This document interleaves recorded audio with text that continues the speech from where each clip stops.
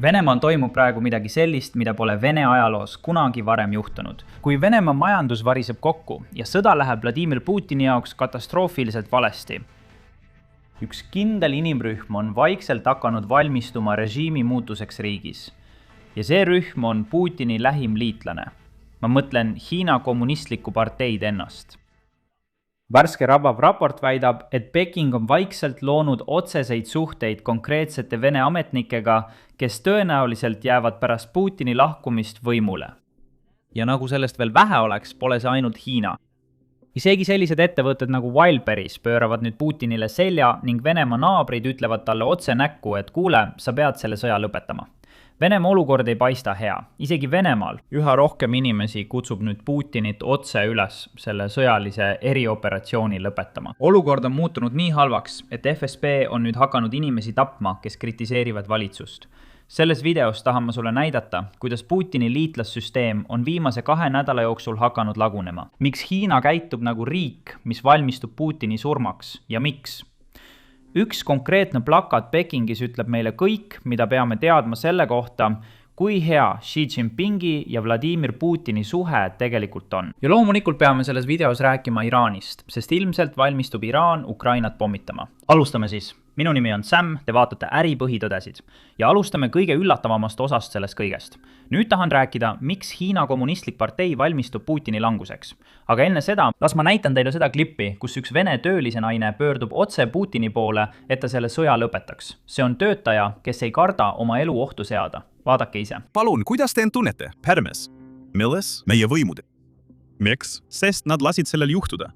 Fakt, et rahumeelne, sisuliselt aluspesu, rehvide ja tossude transiidiga tegelev asutus sattus vaenupoole rünnakute alla. Kas piirkondlikud võimud või föderaalsed? Muidugi föderaalsed. Nad alluvad otse föderaalvalitsusele. Mis vahet sel on, mida piirkondlikud teevad? Oluline on see, mida föderaalvalitsus teeb.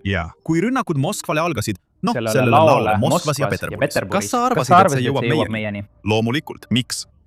Sest ma mäletan, kui kesklinnas toimus rünnak Tatlini vastu. Ma läksin rünnaku paikas samal päeval. Arvestades, kuidas kõik oli seal ja kuidas nad isegi ei hajutanud inimesi, oli ilmne, et meil pole üldse kaitseorganisatsiooni ja tulevad rünnakud.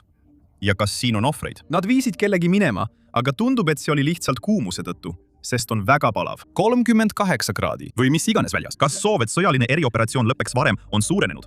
Loomulikult. Kurat küll muidugi. See oli alati kõrge. Igatahes, aga nüüd? No. See on lihtsalt liiast. Kas ükskõik millistel tingimustel või mingitel konkreetsetel? Jah, ükskõik millistel tingimustel. Konkreetseid tingimusi ei sobi kummalegi poolele. Lihtsalt lõpetage see nii nagu on ja kõik. Nüüd pean ma muidugi sellele tähelepanu juhtima. Tema väide ei ole täiesti täpne. Ta ütleb, et Wildberries, Vene Amazon, tegeleb ainult aluspesu ja kodutekstiilidega. See ei ole päris tõsi. Vaadake neid ekraanipilte veebisaidilt, mida nad müüsid enne nende Ukraina rünnakute algust. Näete lahinguveste, sõjaväelise tasemega taktikalist varustust, droonide komponente, pommiheitmissüsteemi FPV-dele. Kõike saab tellida ja järgmisel päeval kätte. Ja sa saad selle isegi rindele saata. Nii et kui oled keegi, kes tahab toetada rindel olevaid sõdureid, saad sellise asja eest maksta. Ja see toimetatakse rindel olevatele inimestele kohale. Ja see pole isegi kõige šokeerivam osa. Nagu te teate, on see Venemaa Amazoni vaste. Nad kontrollivad umbes poolt Venemaa e-kaubanduse turust. Ja see tähendab, et neil on tohutu logistiline võrgustik. See oli nii suur, et Venemaa valitsus ja Vene sõjavägi kasutasid selle ettevõtte logistilist võrgustikku rindel olevate vägede varustamiseks. Just sellepärast ongi Ukraina neid ladusid rünnanud. Ja tead mis? Need rünnakud toimivad, sest Wildberries tegi just midagi tõeliselt šokeerivat. Varem oli seal kategooria, mis oli seotud SVO-ga, mis on väljendi sõjaline erioperatsioon venekeelne vaste. See kategooria eemaldati vaikselt veebilehelt alles eile öösel. Nüüd, ma ei tea, kas Putin on selle üle õnnelik, aga see ütleb meile üht. Ukraina löögid toimivad. Vaadake ise. See ettevõte vähemalt varjab oma seotust sõjaväega. Nüüd, loomulikult, kui te otsite konkreetseid esemeid, näiteks taktikalist varustust või veste, leiate te ikkagi need esemed, mida veebileht müüs enne, kui nad selle kategooria eemaldasid. Ainus asi, mis nüüd kadunud on kategooria ise. Neil oli varem kategooria nimega SVO ehk vene keeles sõjaline erioperatsioon. Nüüd meil seda kategooriat enam pole. Nii et tehniliselt pole see tegelikult reetmine. Aga selles videos räägime reetmistest, millega Putin peab tegelema, näiteks sellest, mille Kasahstani president just Putini ees tegi. Ta istus Putini kõrval ja ütles talle, kuule, sa pead selle sõja lõpetama. Aga enne kui me selleni jõuame, räägime Hiinast, sest see peab olema selle kuu suurim uudis, aga ma pole sellest veel saanud rääkida. Vaatame selle kohe üle. Hiina valmistub nüüd Putini languseks, luues otsesed suhted Venemaa kõige mõjukamate inimestega, et vältida kaootilist üleminekut. See on tegelikult väga šokeeriv raport ja see pärineb Wall Street Journalist, nii et suhteliselt usaldusväärsest allikast. Aga enne kui me sellesse süveneme, tahan ma kõigile meelde tuletada, et Venemaa ja Hiina pole ajalooliselt olnud head liitlased ega pikaajalised partnerid. Tegelikult, kui me vaatame nende ühist ajalugu, siis enamikul juhtudel on nad olnud rivaalid. Venemaa on hõivanud tohutuid alasid, mis kunagi kuulusid Hiinale, sealhulgas kogu Venemaa Kaug-Ida. Mida paljud hiinlased peavad siiani ajalooliselt Hiinale kuuluvaks maaks? See pahameel pole tegelikult kunagi kadunud. Tegelikult, kui minna praegu Hiina sotsiaalmeediasse, leidub endiselt inimesi, kes kutsuvad Xi Jinpingi üles tungima Venemaa Kaug-Ida ajal, kui Venemaa on Ukrainaga hõivatud ja võtma tagasi selle, mis kuulub Hiinale. Nüüd tahan ma teile tegelikult üht neist ennustustest näidata, sest keegi ennustas seda umbes 2 aastat tagasi. Ma ei ole küll eriti tark mees, aga mulle meeldib väga Sarah Payne. Ma olen kindel, et teile ka meeldivad tema videod siin YouTube'is. Ja umbes paar aastat tagasi või umbes 2 aastat tagasi ennustas ta selle tegelikult ette. Kuulake nüüd. Putin. Ta üritab rajada impeeriumi rahvusluse ajastul. See ei tööta. Ja ta viskab kogu oma laskemoona Ukraina peale, jättes Siberi täiesti avatuks. Ja Xi Jinping on juba kanda kinnitanud, isegi enne Ukraina sõda. See vöö ja tee algatus tõmbab Kesk-Aasiat endisest Venemaa mõjussfäärist eemale. Ja Putin kasutab seda avatud sõja gambiiti ajal, kui Venemaa on nõrk ja Hiina tugev, mis teeb selle eriti kahjulikuks. Ja sa küsid, miks see üldse oluline on? Venemaal, täpsemalt Siberil, on just need ressursid, mida Hiina praegu vajab, ihaldab ja tahab, et need oleksid otse Hiina kõrval, et teised ei saaks neisse sekkuda. Ja eriti tahavad nad vett, sest Põhja-Hiinas on nad oma põhjavee ära kulutanud. Baikali järves on üle 20% maailma pinnapealsest mageveest. Nii et kui soovid kiiret lahendust, on see parim variant. Ja Hiina on tuntud suurte veemajandusprojektide poolest. Nad on ehitanud Mekongile ja Yangtzele tamme, nad on teinud tohutuid veemajandusprojekte. Võib-olla ootab see tulevikus ka Venemaad, kes teab. Ja Xi Jinping hoiab nüüd kõiki kaarte enda käes. Hiinal on 9 korda rohkem elanikke ja 9 korda suurem rahvamajanduse kogutoodang kui Venemaal. Ja nende rahvamajanduse kogutoodang inimese kohta muutub üha sarnasemaks. See pole Putinile hea uudis. Nii et ma arvan, et küsimus pole selles, kas see promants kestab igavesti, vaid pigem selles, millal see lõpeb. Millal otsustab Xi Jinping, et tal on piisavalt mõjuvõimu, et saada, mida iganes ta tahab. See ennustus täitub nüüd reaalajas. Ja siin on, mida raport ütleb. Wall Street Journali andmetel loob Hiina üha enam suhteid Venemaa ametnike ja eliidi liikmetega, kes võiksid mängida võtmerolli pärast seda, kui Putin võimult lahkub. Sõda ja rahvusvaheline isolatsioon on muutnud Venemaa Hiinast palju sõltuvamaks. Putin, keda Xi Jinping kunagi pidas eeskujuks, Xi Jinping pidas Putinit eeskujuks 2013 aastal, see oli siis, kui ta võimule tuli, see oli siis, kui ta presidendiks sai. See on mõnes mõttes loogiline, sest selleks ajaks oli Putin juba umbes 13 aastat võimul olnud. Nii et Xi Jinping pidas Putinit eeskujuks. Aga enam see nii ei ole. Nüüd on Putin järk-järgult muutunud noorem partneriks. Vene võimud on samuti paljastanud Hiina luurekatseid nuhkida Venemaa keskastme ametnike järele. Kuid Venemaa eelistas seda mitte avalikustada, et mitte kahjustada suhteid Pekingiga. Nad ei ole seda ka eraviisiliselt jutuks võtnud. Me teame seda vaid Vene allikate kaudu. Ja see seletab ka, miks see nii on. Täna vajab Venemaa Hiinat palju rohkem kui Hiina Venemaad. Hiina moodustab 40% Venemaa väliskaubandusest ja umbes 33% tema eksporditulust. Kui aga vaadata teist poolt, siis vaid 4% Hiina kaubandusest läheb tegelikult Venemaale. Nii et Hiina vaatenurgast on 4% muidugi oluline, aga see ei ole kaugeltki nii suur asi kui see, mida Hiina turg või Hiina kaubad tähendavad Venemaale. Ja just sellepärast kasutabki Hiina seda mõjuvõimu, et Venemaalt järjest rohkem järeleandmisi välja pressida. See liit on endiselt ebavõrdne. Hiina kaubad on üle ujutanud Venemaa turu, tõrjudes välja kohalikke tootjaid. Analüütikute sõnul püüab Hiina kindlustada oma mõju Venemaal ka pärast võimuvahetust Kremlis, muutes Venemaa veelgi sõltuvamaks vasalliks, sisuliselt nukuriigiks ja ressursikolooniaks. Nüüd on siin palju punkte, millest tahaksin veidi pikemalt rääkida, kuid kõige olulisem on muidugi see, et Hiina püüab muuta Venemaa vasalliks. Seda on rääkinud ka Venemaa eliit.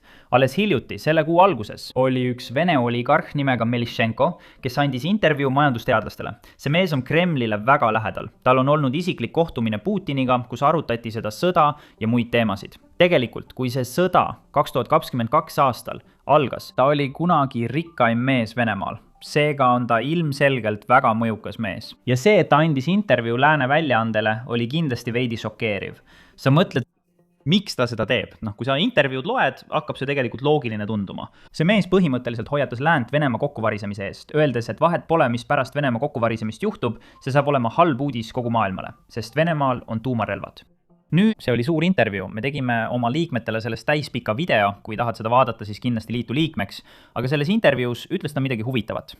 Ta ütles, et üks stsenaarium, mida ta ette kujutab, kui Venemaa kokku variseb, on see, et Hiina võtab Venemaa põhimõtteliselt üle, eks. Hiina võtab Venemaa üle ja kohtleb seda nagu ressursikolooniat ja vassalli, aga ta ütleb, et Venemaa on lihtsalt liiga suur, et ükski riik saaks sellest nukuriigi teha.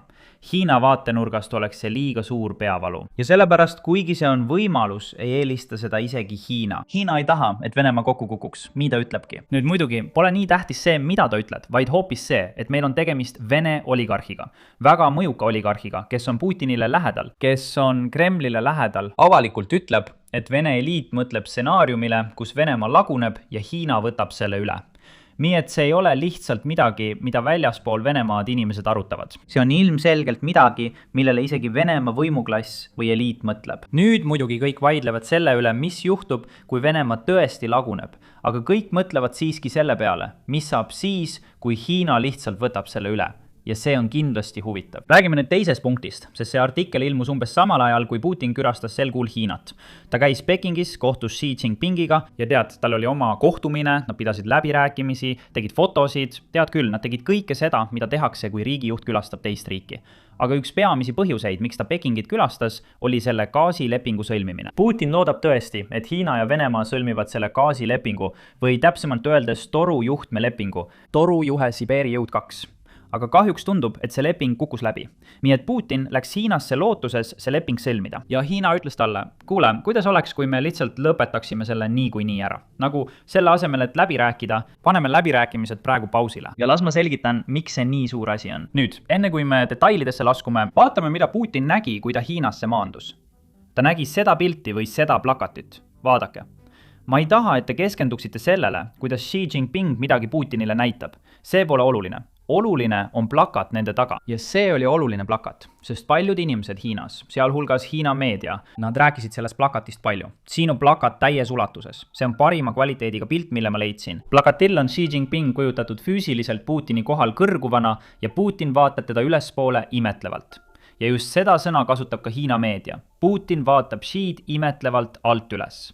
Nüüd loomulikult me võime vaielda, kas see on mõeldud mingi sõnumina või mitte. Aga kas sa tead, kes on tegelikult sellise sümboolika suhtes väga tundlik? Putin ise. Juba 2013 aastal.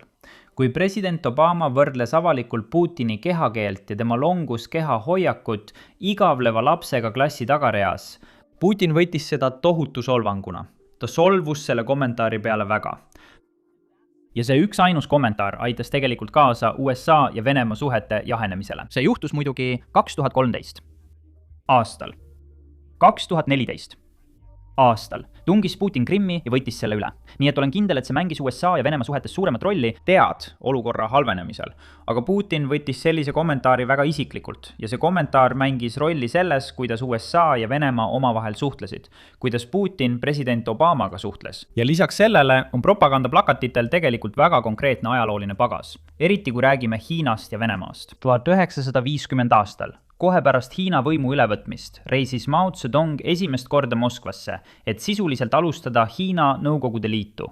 Ja kui ta kohale jõudis, nägi ta midagi sarnast sellele, mida Putin. Ta nägi seda Nõukogude propagandaplakati, kus Jossif Stalin oli kujutatud veidi pikemana kui Mao Zedong. Ja see kujundus oli tahtlik. Tollaste ekspertide sõnul. Venemaa või tollane Nõukogude Liit soovis visuaalselt kujutada Jossif Stalinit selle suhte vanema vennana, vanema partnerina, nagu me seda tänapäeval nimetaksime. Tegelikult oli see plakat võlts. Mao Zedong oli tegelikult mitu tolli pikem kui Jossif Stalin. See polnud sugugi väike erinevus, nende pikkuste vahe oli päris suur. Aga hoolimata sellest pandi välja suur plakat, kus Mao Zedong oli väiksem ja Jossif Stalin suurem. Ja loomulikult märkas seda ka Stalin. Ja me kõik teame, kuhu see suhe välja jõudis, eks. Külma sõja ajal oli Hiina ja Nõukogude Liidu vahel suur probleem. ja Ameerika Ühendriigid kasutasid seda probleemi tegelikult ära kogu selle Kissingeri tehinguga, kus me lähenesime Hiinale, et olla kindlad, et Nõukogude Liit ei saaks Hiinaga uuesti läbi. Nüüd me täpselt ei tea, kui suurt rolli see plakat mängima hakkab. Võib-olla ma loen sellesse liiga palju sisse, aga Hiinas on inimesi, kes on, teate küll, rääkinud sellest plakatist palju. Nii et ma tahan seda teiega jagada. Aga nüüd liigume suure alanduse juurde ja see ei ole muidugi foto. See on Xi Jinpingi keeldumine allkirjastada lepingut, mida Putin nii meeleheitlikult soovis, et Peking allkirjastaks. Las ma annan teile natuke tausta. Sellel kaardil näete 2 erinevat torujuhet. Üks neist on Siberi jõud 1, mis juba eksisteerib. See on torujuhe, mis viib praegu maagaasi Venemaa Siberi väljadelt Hiinasse. Nüüd tahab Putin teha sarnase torujuhtme, aga palju pikema ja loomulikult. Seda nimetatakse Siberi jõud 2. See torujuhe ühendaks Venemaa Lääne-Siberi ja Arktika gaasiväljad otse Hiinaga. Nüüd, see on siin oluline punkt. Need väljad, need uued, need varustasid varem Euroopat gaasiga. Ja nüüd, kui Putin on tunginud kallale ühele Euroopa riigile, ei ole Euroopa kliendid eriti huvitatud Vene gaasi ostmisest. Ja ma kahtlen, et nad muudavad oma meelt niipea. Ja sellepärast on Venemaa rakendanud, või täpsemalt öeldes Putin on rakendanud selle plaani, mida ta ise nimetab pöördeks Venemaale. See on selle plaani nimi. Ja selle plaani eesmärk on põhimõtteliselt asendada kogu see äri, mida Venemaa varem Euroopaga ajas, kogu selle uue äriga, mida Venemaa hakkab Aasias tegema. Selle plaani oluline osa on muidugi, selle plaani keskpunktiks on muidugi just see konkreetne tehing. Müüa gaas, mis varem läks Euroopasse, hoopis Hiinale. Kui nüüd järele mõelda, siis see on muidugi loogiline. Hiina vajab gaasi. Nad on igal aastal järjest rohkem gaasi tarbinud. Nad tarbivad väga palju süsivesinikke. Ja Venemaal on gaasi, mida pakkuda. Nad ei pea seda isegi laevaga vedama. Nad saavad selle toruga saata. Ma ei teagi, kuidas seda nimetada, kui gaas liigub toru kaudu. Aga nad saavad selle toruga Hiinasse saata. Nii et mõlemal on midagi, mida teisel vaja õnneks. Venemaa vajab raha, Hiina vajab toodet, mida Venemaa müüb. Miks nad ei peaks seda allkirjastama? Nii et küsimus siin on muidugi see, et probleemiks on hind. Hiina teab, et tal on kogu mõjuvõim, eriti nüüd, kui Ukraina droonid hävitavad Vene naftatankereid Mustal merel ja Aasovi merel. Venemaa eelistaks palju rohkem lihtsalt torujuhtmega oma gaasi teistesse riikidesse saata, selle asemel, et seda, tead küll, transportida. Hiina seevastu teab, et Venemaa peab meeleheitlikult müüma. Ja lisaks sellele saab Hiina oma gaasi ükskõik kust. Tead küll, nad saavad seda Lähis-Idast. Neil on mõned kodumaised tarnijad ja ma olen kindel, et neil on ka teisi tarnijaid. Nii et see pole nii, et neil oleks gaasi vaja, aga neil ei ole tingimata vaja just Vene gaasi. Nüüd nõuab Venemaa, et Hiina maksaks turuhinda. Seda maksid varem Euroopa riigid. Ja Venemaa ütleb umbes nii. Kui te juba asendate meie jaoks Euroopat, siis makske sama hinda. Hiina seevastu tahab maksta Moskva hinda. Nii et inimesed Venemaal või üldse kõik Venemaal, mitte ainult Moskvas, saavad soodushinnaga gaasi, sest Putin subsideerib seda. Seetõttu on nad temaga rahul. Nii et ta müüb gaasi välisriikidele, välisettevõtetele ja ta kasutab seda raha või osa sellest, et subsideerida gaasi, mida ta müüb kodumaal. Hiina ütleb, kuidas oleks, kui annaksid meile gaasi sama hinnaga, millega sa müüd seda Vene kodanikele? Nüüd muidugi Putin lootis ilmselt, et nad suudavad läbirääkimistel kuskil keskel kokku leppida. Sellepärast ta lendas Pekingisse, et pidada läbirääkimisi või ehk, leida mingi kompromiss. Hiina ütles talle sisuliselt, et kuule, mis oleks, kui me lihtsalt peataksime läbirääkimised? Hiina teab, et mida kauem nad ootavad, seda rohkem on Xi Jinpingil mõjuvõimu ja sellepärast ei kiirusta nad praegu mingit kokkulepet sõlmima. Nüüd, ma pole oma elus palju läbirääkimisi pidanud, aga ma olen näinud palju filme ja ma tean ühte õppetundi kõigist neist filmidest, mida ma olen näinud. Igaühel, kes on valmis läbirääkimistelt lahkuma, on tavaliselt rohkem mõjuvõimu. Nii et on loogiline, et kuigi Hiina lahkus, tahavad nad ikkagi kokkulepet, kui nad tahavad kokkulepet palju soodsamatel tingimustel, kui Putin on valmis pakkuma, eks. Lisaks kõigele sellele on mul ka teooria selle kohta, mille poole Hiina tegelikult püüdleb. Aga see on teooria, mida ma pole tegelikult kusagil mujal näinud. Ma tahan selles osas aus olla. See on puhtalt minu enda spekulatsioon. Pidage seda meeles ja andke mulle kommentaarides teada, mida teie arvate. Hiina kontrollib juba praegu paljusid tööstusharusid Venemaal, eriti alates selle sõja algusest. Venemaa on olnud palju piiravam kõigi nende Hiinast tulevate toodetega. See tähendab, et tollimaksud on eemaldatud. Kõik teised takistused on eemaldatud. Nii on Hiina ettevõtted süstemaatiliselt üle ujutanud Vene turu aina odavamate kaupadega. See on sundinud Vene ettevõtteid sisuliselt pankrotti minema. Nad ei suuda Hiina hindadega konkureerida. Tegelikult vaata seda raportit. Vene ettevõtete pankrotid on selle aasta esimesel poolel kasvanud 21% võrra. Ja veel, 43% Vene ettevõtetest on avalikult öelnud, et nad võivad peagi pankroti välja kuulutada. Ma olen kindel, et see kõik ei ole tingitud Hiina konkurentsist, aga ma ütleksin, et suur osa sellest on tingitud Hiina konkurentsist. Nii et see ongi minu teooria. Mis siis, kui Hiina ei oota mitte ainult Vene gaasi ostmist?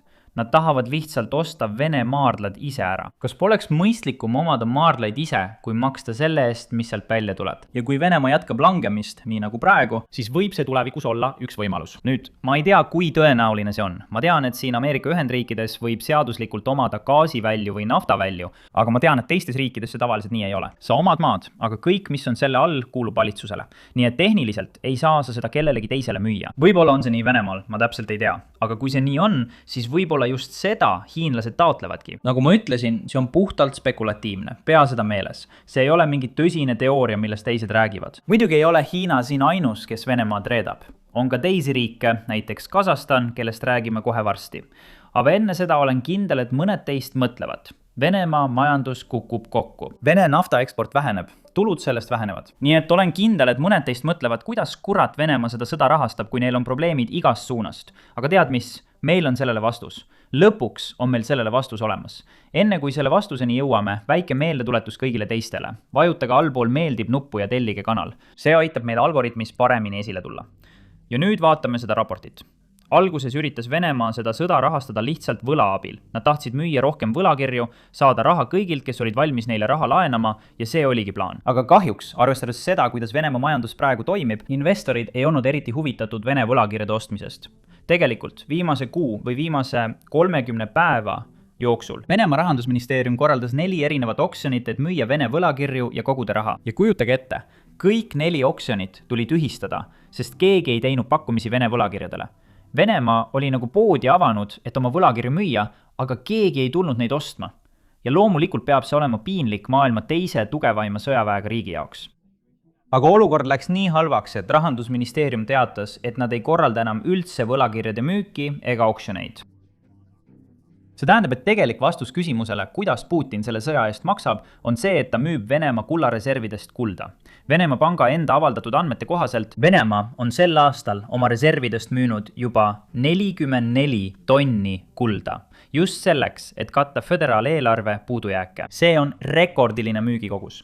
Me ei tea täpselt, kui suur osa kogu kullareservist see oli, sest loomulikult Kreml ei avalda, kui palju kulda neil alles on. Aga igal juhul peab asi halb olema, kui keegi peab oma säästude kallale minema. Maksma sõja eest, mida nad poleks tohtinud üldse alustada. Ja see kõik viib mind kõige naljakama klipini, mis võtab Venemaa olukorra ühe hetkega kokku. Meil on Vene töölisega intervjuu, kus temad küsitakse, kuidas Vene majandusel läheb. Ja ta ütleb, kõik on korras. Täpselt seda võikski Vene tööliselt oodata, aga kahjuks tema selja taga on näha, et kõik ei ole korras. Vaadake seda klippi. Uhkus meie Venemaa üle. Miks just uhkus? Sest nad saavad kõigega hakkama. Kõik on korras. Siin on kõik suurepärane. Kõik on imeline. Kas sa arvad, et on midagi, mille pärast edaspidi muretseda? Mireille? Ma arvan, et aeg näitab, kas on midagi, mille pärast muretseda või mitte. Ma arvan, et sügisel saab kõik selgeks. Miks just sügisel? Sest kui kaua me suudame seda kõike veel taluda? Mingisugune otsus kõige selle kohta. Tõenäoliselt tuleb see otsus teha. Nii ma arvan. See ei olnud tehisintellekt. See oli päris klipp. Nagu ma enne ütlesin, ei olnud ainult hiinlased mehed, kes Putinit reetsid. Meil oli ka Kasahstani president, kes tegi midagi, mida Putin ilmselt ei osanud oodata. Nad istusid mõlemad koos konverentsi ajal. Teate küll, kui juhid kohtuvad, tehakse selline konverents, kus hulk inimesi istub koos ja siis räägib laua eesotsas olev inimene. Kui Kasahstani president rääkis, ütles ta avalikult Putinile, et kuule, äkki lõpetad selle sõja ära. Liiga palju inimesi sureb. Vaata ja pane tähele Putini reaktsiooni, sest ta istub otse selle mehe kõrval. Ma ei hakka midagi varjama, vaata lihtsalt mulle otsa. Ma ei hakka varjama, et ma saan palju signaale. Ma teevitasin sind neist telefoni teel Euroopast, Ameerika Ühendriikidest. Signaalid seoses praeguse olukorraga. Ukraina ja Venemaa vaheline konflikt. Teate, minu arvates ma ütlesin juba algusest peale, et see on riikidevaheline konflikt. Riikidevaheline. Me ei räägi mingist kodusõjast. Me oleme alati suhtunud Ukraina rahvasse, nende kultuuri ja keelde lugupidamisega. Ja me usume, et selle konflikti olemus ei ole paljudele, kaasa arvatud meile endile, täiesti selge. Selle konflikti olemus ei ole paljudele päris selge, sealhulgas meile. Oletame, et oleks konflikt. Sealhulgas külmutatud konflikt Aserbaidžaani ja Armeenia vahel. selle konflikti olemus. Selle konflikti päritolu oli meile täiesti selge. Nad läksid sügavale ajalukku, aga siin on see väga raske. Ja ma saan aru, et te näitasite Anchorage'is Alaskal toimunud kohtumisel maksimaalset diplomaatilist paindlikkust. Ja see on lihtsalt minu tagasihoidlik arvamus, kuna minult küsitakse. Võib-olla on aeg see konflikt ootele panna ja naasta Istanbuli 2.0 valemi juurde, kuna seal on saavutatud märkimisväärseid tulemusi. Ja loomulikult suurriikide garantiide all, sealhulgas Venemaa, edasi liikuda. Ja siis liigume edasi. See oli Putini nägu, kui ta kuulis presidenti ütlemas, et on aeg sõda lõpetada. Ei naudi seal istumist üldse. Nüüd, õndsneks, kogu selle juures, Putini õnneks, on üks riik, kes on valmis tema kõrval seisma. Ja see riik on Iraan. Näete, Iraani meedia ütles avalikult, et nad ei karda alustada Ukraina pommitamist. Ja las ma näitan teile miks. Eile hommikul president Zelenski kinnitas avalikult, et Ukraina on edukalt tabanud Kaspia merel tegutsevaid aluseid, mis vedasid sõjalist kaupa Venemaa ja Iraani vahel. See on Kaspia meri, mida te oma ekraanil näete. Ja te näete kirde osas ehk üleval. Seal on Vene piir. Ja vastasküljel näeme lõunas Iraani. Iraani piir. Aastaid on Venemaa ja Iraan kasutanud Kaspia merd salajase relvade, droonide ja raketikomponentide transpordikoridorina. Ja kõike muud, mida võite ette kujutada. Tegelikult on just nii paljud Shahedi droonide komponendid vaikselt kahe riigi vahel liikunud.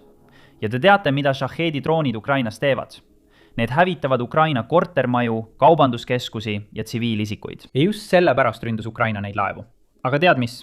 Iraani reaktsioon näitas väga selgelt, kummal poolel Iraan selles sõjas seisab. Seda räägib Iraani meedia ja kohe näitan teile ka, mida Iraani valitsus ütleb. Sest ma tean, et paljudel inimestel on komme toetada iga riiki, mis on Ameerika Ühendriikide vastu. Ma olen kindel, et inimesed, kes seda videot vaatavad, ilmselt pole seda harjumust. Aga ma tean, et te tunnete inimesi, kellel on see harjumus. Ja paljud inimesed toetavad Iraani mõrvarlikku režiimi lihtsalt sellepärast, et see on Ameerika Ühendriikide vastu. Samas ei saa nad aru, et see sama režiim teeb koostööd Venemaaga. See on vastutab tuhandete Ukrainas kaotatud inimelude eest. See sama režiim vastutab sadade tuhandete Iraanis kaotatud inimelude eest. Aga vaatamata sellele, vaatame avaldust, mille Iraani riigimeedia just välja andis. Iraani meedia ähvardab nüüd avalikult rünnata Ukrainat otse ballistiliste rakettidega. Nad postitasid selle pildi, mis näitab, et kogu Ukraina on Iraani ballistiliste rakettide, sealhulgas üliraskete Karakfor rakettide ulatuses. Kuigi see oleks heade rakettide raiskamine. Muidugi ei ole Iraanis Zelenski vastu ainult meedia, kuid oluline on meeles pidada, et Iraanis kontrollib meediat valitsus. See tähendab, et tegemist on riigimeediaga, mis räägib valitsuse nimel.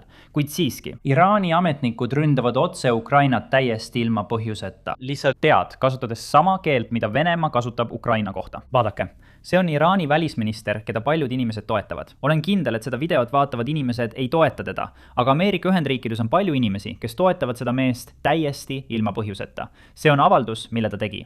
Zelenski on rünnanud Iraani kaubalaeva ja tapnud meremehe. Ültunud ÜRO põhikirja rikkumine, mis tehti Iisraeli palvel, et tõmmata Euroopa oma sõtta.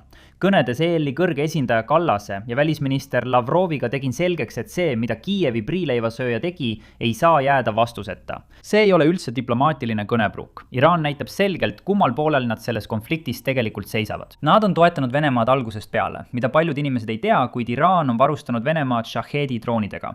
Nad on ehitanud Venemaale droonitehaseid, et aidata Venemaal rohkem droone toota. Lisaks sellele on Iraan andnud Venemaale rakette juba enne Iraani sõja algust. Ja loomulikult on kõik need raketid ja droonid tapnud tuhandeid Ukraina tsiviilisikuid. Iraani islamirežiim on täielikult Venemaa poolel. Samal ajal hävitab Ukraina tegelikult Venemaa poolt Iraanile saadetavat lasti. Sest on üsna tõenäoline, et Iraan kavatses neid relvi kasutada USA vägede vastu Lähis-Idas. Ja just Ukraina on see, kes neid peatab. Ma tean, et me pole Iraani sõjast mõnda aega rääkinud ja peame selle juurde varsti tagasi tulema. Aga ärgem unustagem, et see on seesama režiim, mis tappis selle aasta alguses 40 000 oma kodanikku, kui inimesed protestisid. Aga enne kui me teemast liiga kõrvale kaldume, lähme tagasi Ukraina juurde ja ma tahan teile midagi näidata, mida Vene väed proovivad, et takistada Ukraina droonidel nende rafineerimistehaseid tavamast. Ma arvan, et seda võib nimetada uueks kaitseinnovatsiooniks. Vaadake ise. Venemaa on hakanud katsetama füüsilisi võrke. Need on nagu metallvõrgud. Need ei ole, teate küll, need riidest või plastist võrgud. Need on palju tugevamad või kõvemad. Ja Venemaa on katsetanud neid võrke olulise rafineerimistehase infrastruktuuri kohal, lootuses, et Ukraina droonid kas takerduvad nendesse või plahvatavad enne, kui jõuavad seadmeteni. Nüüd, Kahjuks Venemaa jaoks on Ukraina juba selle probleemi jaoks lahenduse leidnud rindel, sest Vene väed tegid rindel midagi sarnast. Seega pidi Ukraina olema leidlik ja sellise lahenduse nad välja mõtlesid. Aiapostipomm. Seda me kajastasime oma lühikestes videotes ja sotsiaalmeedias. Vaadake seda kajastust. Venemaa arvas, et on lõpuks drooni probleemi lahendanud ja Ukraina ehitas selle. Aiapostipomm. Alželiis välimusega Ukraina lõhkekeha, mis on pannud Vene sõjaväeametnikud tõsiselt muretsema. Näete, aastaid on väikesed droonid jahtinud kaevikutes varjuvaid sõdureid, kasutades granaate ja muid lõhkeaineid. Nii et Vene väed kohanesid. Nad kaevasid sügavamaid varjualuseid, tugevdasid katuseid jämedate palkide ja tiheda mullaga. Nad lisasid teraslehti ja venitasid droonivastaseid võrke punkrite, kaevikute ja varustusteede kohale. Põhimõtteliselt muutsid nad iga positsiooni väikseks kindluseks droonide vastu.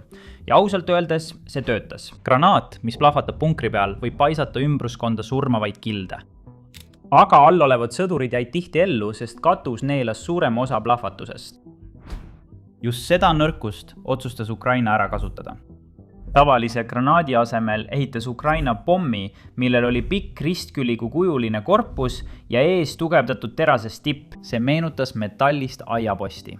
Rasked droonid, eriti kuulsad Baba Yaga droonid, kannavad relva otse kaetud positsioonide kohale ja lasevad selle siis vertikaalselt alla. Ja siin muutubki kogu asi nutikaks. Selle asemel, et plahvatada kohe katusel, tungib terastipp esmalt läbi kaitsekihtide. See lõikab läbi mulla, puidu, metallplaatide ja isegi drooni vastaste võrkude. Alles pärast punkrisse tungimist käivitab viitega sütik plahvatuse punkri sees.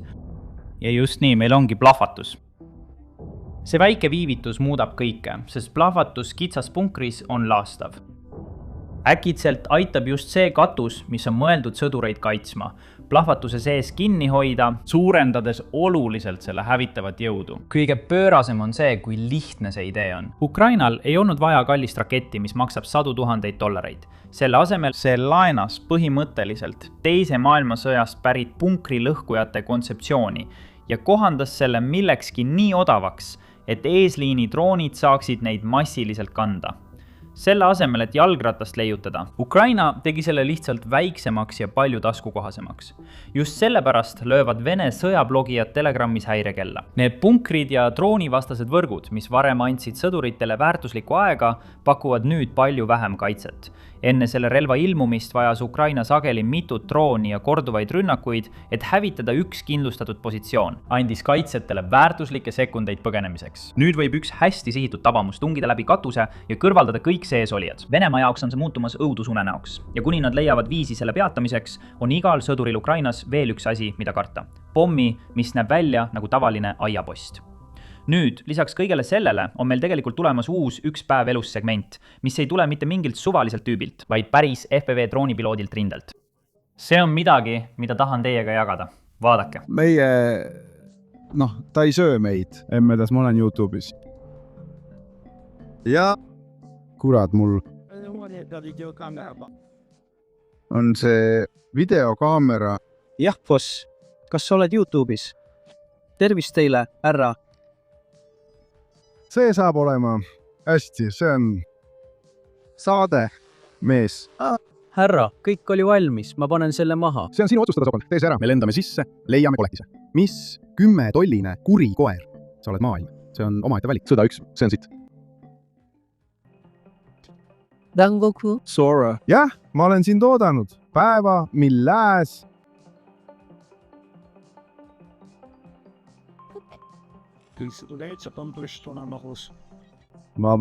Vabanda. Mina, mis on sa oled? Mis filmvaritsus? Vabandan, ma oleksin, olgu, teeme, jah. See on õuduslugu. Ma vaatan sind hiljem, olgu. See on see, mida Anguse filmib praegu pakkumine äädika jaoks selles osas. Ja kas ta ütles, et seisab? Siis ma mõtlen, ära filma. Keil, vabandust, vabastada. Nüüd lõpuks, endine USA mereväe eriüksusane Chuck Farr analüüsis hiljuti üht sõja algusest pärit rindekaadrit. See näitab inglise keelt kõnelevaid välisvõitlejaid, vabatahtlikke, kes tulid Ukrainasse, et võidelda Ukraina eest, peatades Vene vägede edasiliikumist. Nüüd selgitab Chuck üksikasjalikult taktikalisi otsuseid ja analüüsib kõike.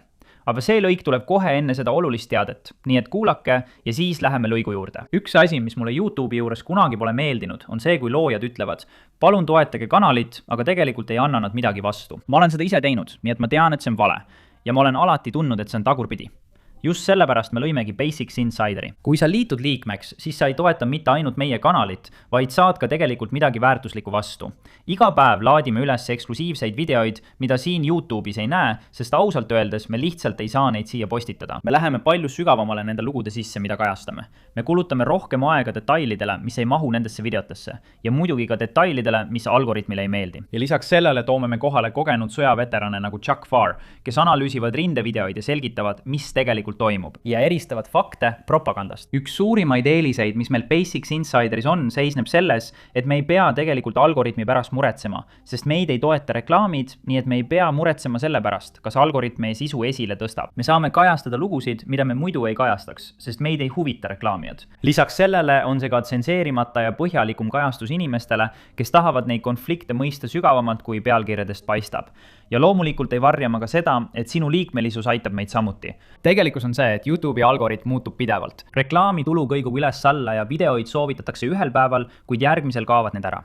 Seega tähendab liikmete kogukonna loomine seda, et saame jätkata sõltumatu kajastuse tootmist ilma täielikult algoritmile lootmata. Nii et kui sind huvitab põhjalikum analüüs ja soovid aidata meil selle tööga jätkata, klõpsa allpool oleval liitu nupul või külasta lehte basicsinsider.com. Muide, kui te kasutate YouTube'i rakendust oma iPhone'is või Androidis, see on kõrgem hind, sest App Store võtab oma tasu. Kui sa ei taha seda hinda maksta, siis võid minna meie kanalile veebibrauseris, oma telefonis või arvutis. Meil oleks väga hea meel sind näha ja suur aitäh sulle toetuse eest. Ja nüüd lähme tagasi meie video juurde. Ta saab hakkama. Olgu. See on vene keeleks. Ja, ma arvan, et nüüd on neil natuke sõjasaaki. Siis solvab mind, et surfarina näed neid tüüpe šakkamärki tegemas. Mees, mina. Tead küll. Vau. See on sujuv. Jah, mees, jah. See näeb välja nagu mingi multitöörist, mis sai kuuli pihta. Wow. Ma ei usu, et see on päris K-pari nuga. Ma lihtsalt ütlen seda ja ma ei tea, kuidas see kokkupõrge täpselt kulges, Sam, aga kui keegi kaotab oma noa ja relva, tead, jah, okei. See ütleb mulle natuke selle kohta, kellega ma võitlen. Nii et mis oli tulemus? Ukraina meeskonnal 2 lahingus hukkunut, drooni meeskonnast 2 lahingus hukkunut, Ukraina pooled 2 ja Vene meeskonnast 6. Wow, noh, see on halb kokkupõrge. See, tead... Oota, ei, ma olen rumal. See meeskond, keda me vaatasime, tappis 2 inimest. Drooni meeskond tappis 2 inimest. Ja siis tappis meeskond, keda me vaatasime, veel 6 inimest. Okei, ma arvan, et see tüüp, keda tabas Ricochet, ilmselgelt... Tead, see on väike haav. Ma ei taha, et mind pähe lastakse. Nii et tubli ja su sõber peab sinu eest hoolitsema. Ukrainlastel on droonid, mis viskavad alla termiidigranaatide kimpe. Nii et siin ongi üks, mis süttib, mis on tõeliselt naljakas, on üks neist vatnikest. Esiteks nad tõstavad kardina üles ja see tüüp hakkab tegelikult veepudeli järele haarama, mis on, edu sellega. Aga need siin on termiidigranaatide kimbud. Ja termiidigranaat näeb välja nagu halli värvi suitsugranaat, sellel on lilla riba ümber. See on üks neist granaatidest, sellel on kaitsehoob ja splint. Tõmbad nõela välja, lased ohutuskäepidemest lahti, aga see käivitub kohe ja laseb välja joa. See on nagu alumiiniumpulber ja termiit. Ning alumiiniumpulber, et see käivitada. Ja tead, sa paned need asjad paika, need on tõesti mõeldud hävitamiseks. Me kanname neid selleks, et hävitada. Tead küll, isegi meie enda krüptoseadmed või raadiosaatjad, aga sa viskad selle peale, tead küll, sa viskad selle sõidukisse. Ja see on lihtsalt nagu, see on natuke nagu tullukas. Mitte miski ei suuda seda kustutada. Seda nimetatakse T-klassi tulekahjuks. Kui see juhtub lennuki kandjal, siis neil on traktor, millega see üle parda lükata. Sa ei saa seda kustutada ja see sulatab lihtsalt terase läbi, nagu filmis tullukas. See läheb lihtsalt ühest korrusest järgmisele ja siis järgmisele.